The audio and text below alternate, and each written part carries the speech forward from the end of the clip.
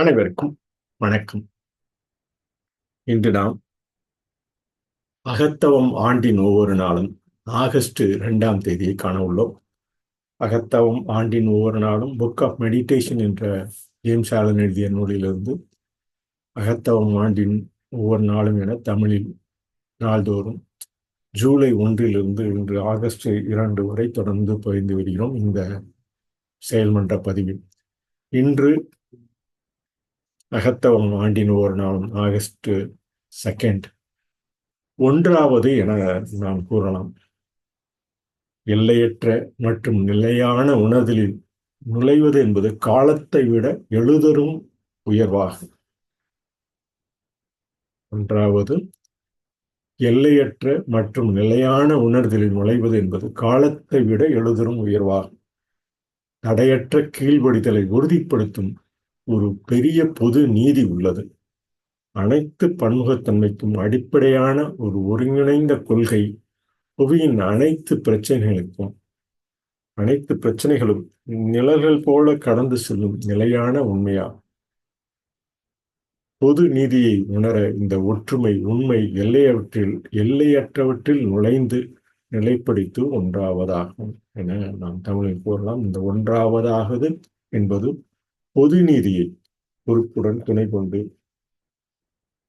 நீட்டிக்கும் திக்கினை அறிந்து நீட்டிக்கும் திட்டத்தை அறிந்து புவியின் அனைத்து பிரச்சனையும் ஒன்றாக செயல்படுவதும் நல்லது என பயந்துள்ளார். இவையே ஆங்கிலத்தில் கூற வேண்டுமெனில் any actually naturally early can say any actually naturally early in acrostic speech to enter into a realization of the infinite and the eternal is to rise supreme to time. To enter into a realization of the infinite and the eternal is to rise superior to time. That's the most important thing. Time, you can say tuning in momentum existence. Tuning into momentum existence, we can say.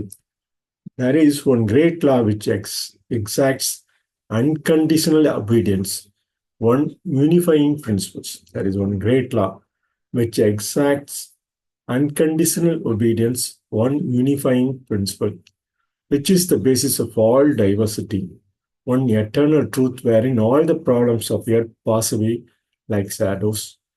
To realize this law, unity, this unity, this truth is to enter into the infinity, is to become one with the eternal. What he says about it, any actually naturally, yearly, or ever long, to realize this law, this unity, this truth is to enter into the infinity, is to become one with the eternal. One with the eternal. What he says on August 2. தமிழில் நாம் கூறுவோம் ஒன்றாவது என்று. அனைத்தும் பிரச்சனைகளுக்கும் ஒன்றாக பொறுப்புடன் துணை கொண்டு நீட்டிக்கும் இந்த விதமான உறுதி கொண்டு நாம் பொது நீதியை அறிந்து செயல்படுவோம் என கூறி ஒன்றாவது என இந்த ஆகஸ்ட் 2ஆம் தேதியை பகிர்ந்து இன்றைய பதிவினை நிறைவு செய்கிறோம். நன்றி, வணக்கம்.